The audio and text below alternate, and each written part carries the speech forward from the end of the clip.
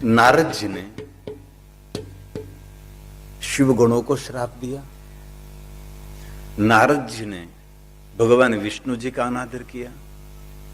तो श्राप देने से, अनादर करने से नारद जी को क्या मिला? नारद जी को संताप मिला, उद्वेग मिला, अंदर से भयभीत हो गए। इसलिए दूसरों को श्राप देने से, श्राप देने वाला कभी सुखी नहीं होता। इसलिए थोड़ा सा पीछे हट जाओ, थोड़ा सा मैं मौन रहूं, थोड़ा सा सहन कर लीजिए, लेकिन कभी दूसरों को श्राप नहीं देना। बहुत लोग ऐसे होते हैं, उनके जीवन में श्राप देने की उनकी आदत रहती है। बहुत लोगों को देखा है, कभी गलती से भी किसी को श्राप नहीं देना। हम सबको ये गांठ बांधकर ये निर्णय लेना है। बात बात में हम श्राप दे देते हैं किसी को, नहीं, कभी नहीं। भगवान श्री हरि विष्णु जी ने कहा, नारद जी आपने श्राप दिया तो आपका जितना पुण्य था सभी पुण्य का क्षय हुआ। और बहुत सारे ऋषि मुनियों की कथाएं, ऋषि मुनि कभी किसी को श्राप देते थे, कभी कहीं न कहीं श्राप दिया है। हाथ में कमंडल रखते थे, हाथ में जल लेकर श्राप दे देते थे। तो श्राप देने के बाद ये ऋषि समाज के बीच में नहीं रहते थे। ये ऋषि हिमालय पहाड़ों के कंदरा में चले जाते थे। क्यों? क्योंकि उसको पता है कि मैंने श्राप दिया तो मेरा जितना पुण्य है सभी पुण्य मेरा समाप्त हो गया है। इसलिए फिर से ऊर्जा ग्रहण करने के लिए, वो तप करने के लिए चले जाते थे। इसलिए हमारे पास तो कोई पुण्य भी नहीं है, तो कितना कर्जा हो जाएगा। इसलिए आज से हम दृढ़ निर्णय लेंगे, कभी किसी को श्राप नहीं देंगे। भगवान विष्णु जी ने नारद जी को कहा, नारद जी आपने कितना बड़ा तप किया था, सभी देवता ऋषि आपको प्रणाम कर रहे थे, सभी जय जयकार कर रहे थे और शिव तुल्य आपको मानने लगे थे, और आपने श्राप दिया। आपका पुण्य का क्षय हुआ है, इसलिए आपके हृदय में संताप हो रहा है।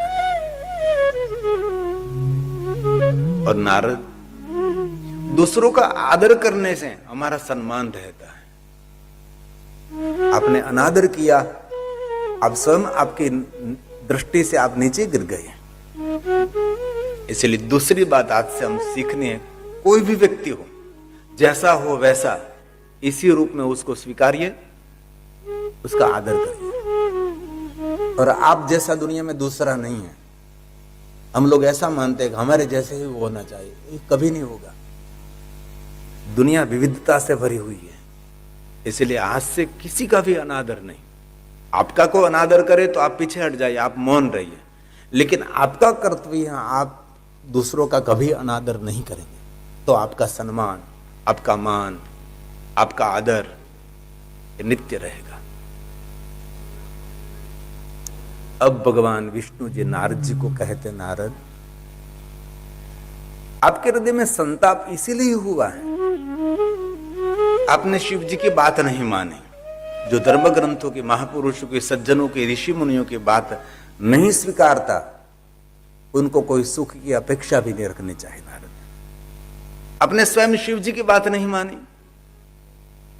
अभिमान युक्त नारद आप जी विचरण कर रहे थे। सबसे बड़ा तो शत्रु अभिमान है नारद, और आप मोहग्रस्त हो गए। जितना व्यक्ति मोहग्रस्त रहेगा, इतना व्यक्ति मानसिक दुखी रहेगा।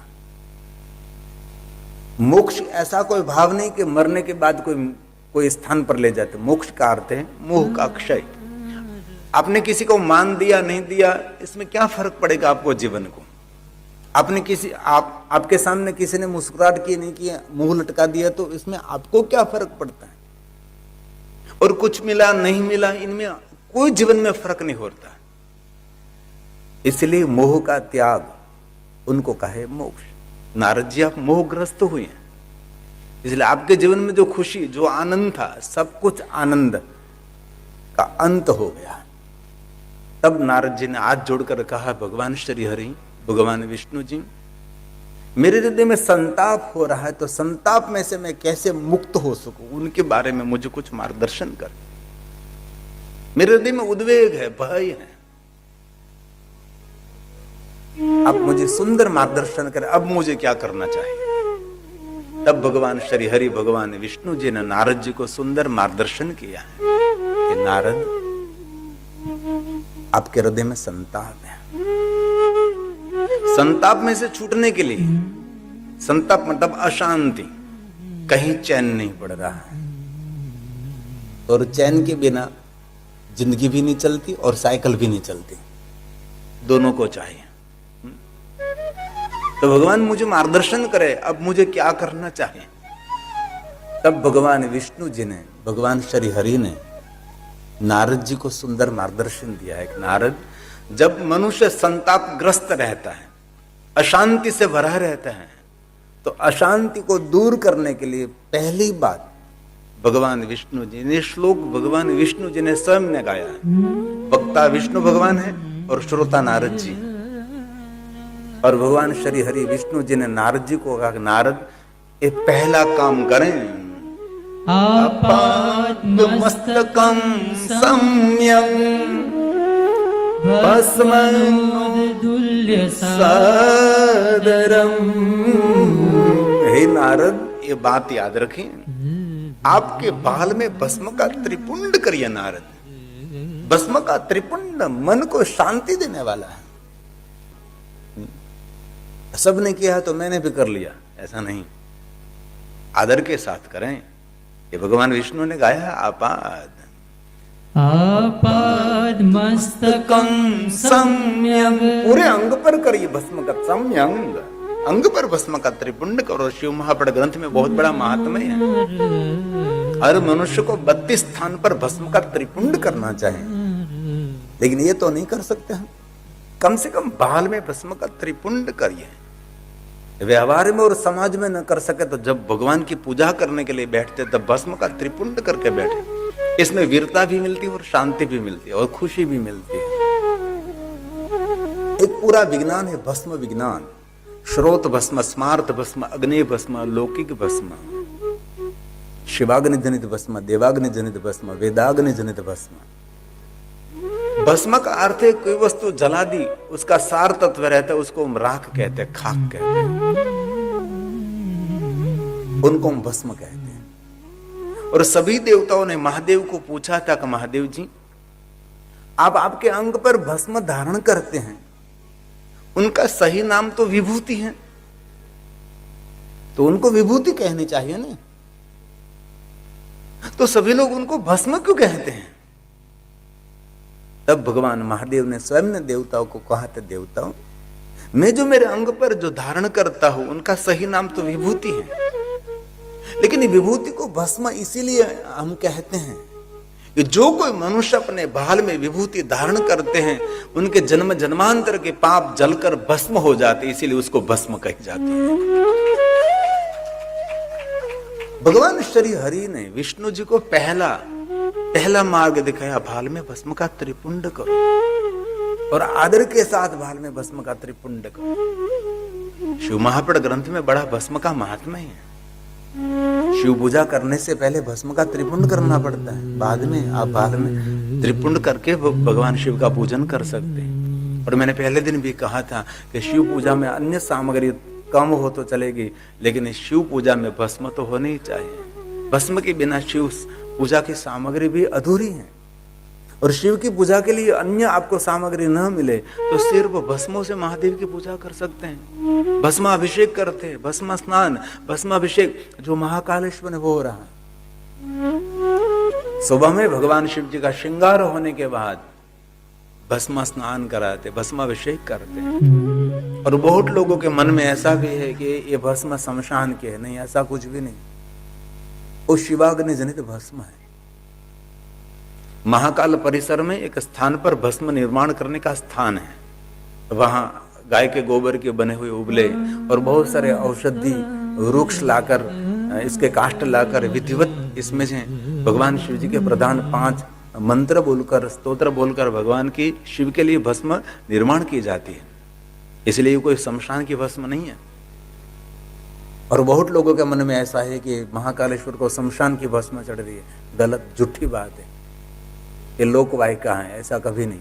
पहले भी भगवान महाकालेश्वर को शमशान की भस्म नहीं चढ़ी है, अभी भी महाकालेश्वर महादेव को शमशान की भस्म नहीं चढ़ रही है, और आने वाले समय में भी महाकालेश्वर महादेव को शमशान की भस्म कभी नहीं चढ़ेगी। और एक बार वहां घटना हुई थी, कोई बहुत बड़ा मंत्री, उसकी मृत्यु हुई थी, तो उसके परिवारजन उसकी भस्म लेकर आए थे और ब्राह्मणों को, पुजारी को कहा कि भस्म महादेव को चढ़ाइए। ब्राह्मणों ने हाथ जोड़कर कह दिया, हम क्षमा चाहते हैं, हमने पहले भी कभी महाकालेश्वर महादेव को शमशान की भस्म नहीं चढ़ाई, क्योंकि ज्यादातर लोगों को यही मन में है। और एक बात याद रखिए, भगवान महादेव शमशान का देव नहीं है, भगवान महादेव कैलाश का देव है, और कैलाश कोई शमशान नहीं है। कई लोगों ने शिव जी के बारे में इतनी समाज के अंदर गलतफहमी फैला दी, लोग ऐसा मानने लगे कि शिव जी शमशान के देवता हैं। नहीं नहीं, वो तो कैलाश के देवता है, और कैलाश कोई शमशान नहीं है। कैलाश उनको कहा जाता है जहां से एक स्वर्ग नहीं, वहां से करोड़ों स्वर्गों का निर्माण किया जाता है, वो हमारा कैलाश है, जहाँ स्वयं शिव निर्माण, जहां शिव स्वयं निवास करते हैं। कई लोगों ने शिव जी के बारे में इतनी समाज के अंदर गलतफहमी फैला दी, अकल्पनीय। भगवान विष्णु जी ने स्वयं ने नारद जी को भस्म के लिए कहा है कि नारद जी भस्म का त्रिपुंड करिए, भस्म को धारण करिए। और ये भी कहा है कि किसी के भाल में आपने भस्म का त्रिपुंड देख लिया तो पुण्य देने वाला है, जो धारण करता है उसको तो पुण्य मिलेगा, लेकिन किसी के भाल में भस्म का त्रिपुंड आपने देख लिया, वो भी दर्शनीय है। ऐसा बहुत सारा महात्म्य भस्म का शिव महापड़ ग्रंथ में है, जिनको भस्म महात्म्य कहते हैं। कभी कभी प्रश्न उठता है कि भगवान विष्णु जी ने और तिलक के लिए नारद जी को क्यों प्रेरित नहीं किया? भगवान विष्णु जी ने नारद जी को भस्म के त्रिपुंड के लिए कहा, क्योंकि भस्म का त्रिपुंड ये भगवान शिव जी की भक्ति का एक प्रतीक है। इसलिए आप बाहर जाते हैं, ऑफिस में जाते, तब आपसे न हो सके कोई बात नहीं, लेकिन जब घर में हैं और भगवान की पूजा कर रहे हैं, बाल में भस्म का त्रिपुंड न हो सके तो भस्म की बिंदी करें। शिव जी को बहुत प्रिय है। महादेव ने एक बार पार्वती को कहा था कि पार्वती, कोई पुरुष उसकी पत्नी के भाल में सिंदूर देखकर जितना प्रसन्न रहता है, इतना ही मैं प्रसन्न किसी के भाल में भस्म को देखकर रहता हूं।